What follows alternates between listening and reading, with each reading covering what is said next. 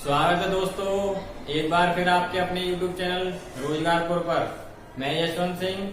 जैसा कि मैं डेली आपको हिस्ट्री करा रहा हूँ, उसी तरीके से आज हिस्ट्री के कुछ और आगे के टॉपिक हैं वो कराऊंगा। तो आप ध्यान से मेरे साथ बने रहिए और वीडियो को लास्ट तक देखिए, जिससे कि आपका कोई भी टॉपिक छूट ना जाए। तो हिस्ट्री का जो अगला टॉपिक है वो क्या है, उपनिषद के बारे में जानेंगे आज। उपनिषद होते क्या है, क्या मतलब है उपनिषद का। तो उपनिषद देखिए, उप का अर्थ है समीप और पद का अर्थ है बैठना।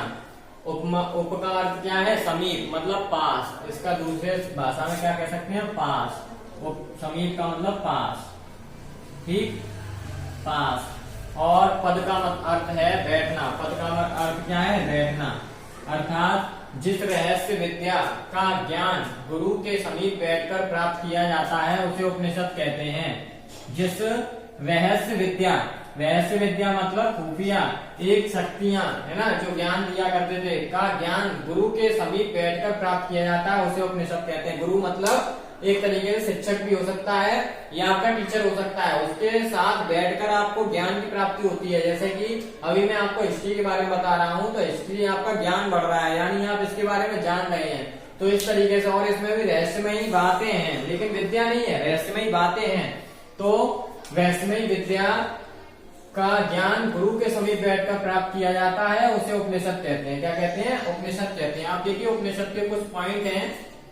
उपनिषदों को वैदिक साहित्य के अंतिम भाग होने के कारण, इन्हें वेदांत भी कहते हैं। क्या कहते हैं, वेदांत कहते हैं। मतलब वैदिक यानी पुराना एक वो है, वैदिक साहित्य में ये लिया गया है कि अंतिम भाग होने के कारण इन्हें वेदांत भी कहते हैं। लास्ट का भाग है इसलिए इसे क्या कहते हैं, वेदांत कहते हैं। ये वेरी इंपोर्टेंट है आपका ये वाला पॉइंट। कैसा है, उपनिषद उत्तर वैदिक काल, उपनिषद जो है वो उत्तर वैदिक काल की रचनाएं हैं। किसकी हैं, उत्तर वैदिक काल की रचनाएं हैं। इनसे हमें आर्यों के प्राचीनतम दार्शनिक विचारों का ज्ञान प्राप्त होता है। क्या होता है, प्राचीनतम मतलब पुराना, दार्शनिक मतलब जो मैंने पहले आपको बता चुका है अपनी पिछली वीडियो में, के विचारों मतलब उनकी सोच का ज्ञान है ना, सोच का ज्ञान उनकी कितनी तेजी से सोच चलती है, प्राप्त होती है किसमें, उपनिषद उत्तर वैदिक काल की रचनाओं में। ठीक, उसके बाद में आपका है भारत, ये भी इम्पोर्टेंट है। भारत का राष्ट्रीय आदर्श वाक्य सत्यमेव जयते। कौन सा है, सत्यमेव जयते आदर्श वाक्य है जो मुंडकोपनिषद से लिया गया है। किससे लिया गया, मुंडकोपनिषद से। ये बहुत ही इंपोर्टेंट है बेटा, ये वाला क्या है, बहुत ही इंपोर्टेंट है। ये एग्जाम में आपसे पूछ लिया जाता है। क्या एग्जाम में आपसे पूछ लिया जाता है, कैसे भारत का राष्ट्रीय आदर्श वाक्य कौन सा है। तो आपको कई सारे ऑप्शन दिए होंगे, 4 ऑप्शन दिए होंगे, उसमें आपका सत्यमेव जयते है। और एक क्वेश्चन आपका बन जाता है, भारत का राष्ट्रीय आदर्श वाक्य सत्यमेव जयते कहाँ से लिया गया है। तो वो आपका क्या हो जाता है, वो मुंडकोपनिषद हो जाता है। क्या हो जाता है, मुंडकोपनिषद। यानी एक ही आपका पॉइंट है और उससे आपके 2 क्वेश्चन बनने हैं। कितने क्वेश्चन बनने हैं, 2 क्वेश्चन बनने हैं। आगे देखिए, वेदांत इनकी संख्या 6 है। वेदांत जो है उसकी संख्या कितनी है, 6 है। कौन कौन से हैं, पहला है शिक्षा, दूसरी है कल्प, तीसरा है व्याकरण, चौथा है निरूप और 5वां है आपका ज्योतिष एवं छंद। ये क्या है, 6। तो 6 हो गए, 1 2 3 4 5 6। ठीक, छंद ये गद्य के सूत्र रूप में लिखे गए हैं। किसमें लिखे गए हैं, गद्य के सूत्र रूप में लिखे गए हैं।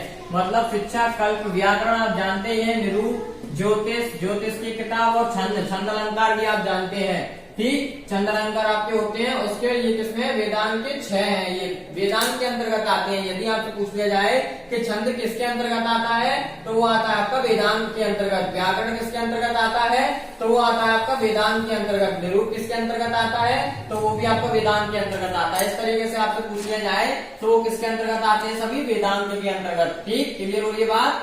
आगे आपकी मनुस्मृति सबसे प्राचीन तथा प्रमाणिक मानी जाती है। जो मनुस्मृति है वो क्या है, सबसे प्राचीन यानी सबसे पुरानी है, और प्रमाणिक, इसके प्रमाण भी दिए जाते हैं। तो ये बहुत ही प्रमाणिक मानी जाती है और पुरानी भी है। ठीक, व्याकरण ग्रंथों में सबसे महत्वपूर्ण पाणि द्वारा लिखित अष्टाध्यायी पारणी ने लिखी है। अष्टाध्यायी पाणि ने लिखी है, जो 400 ईसा पूर्व लिखी गई थी।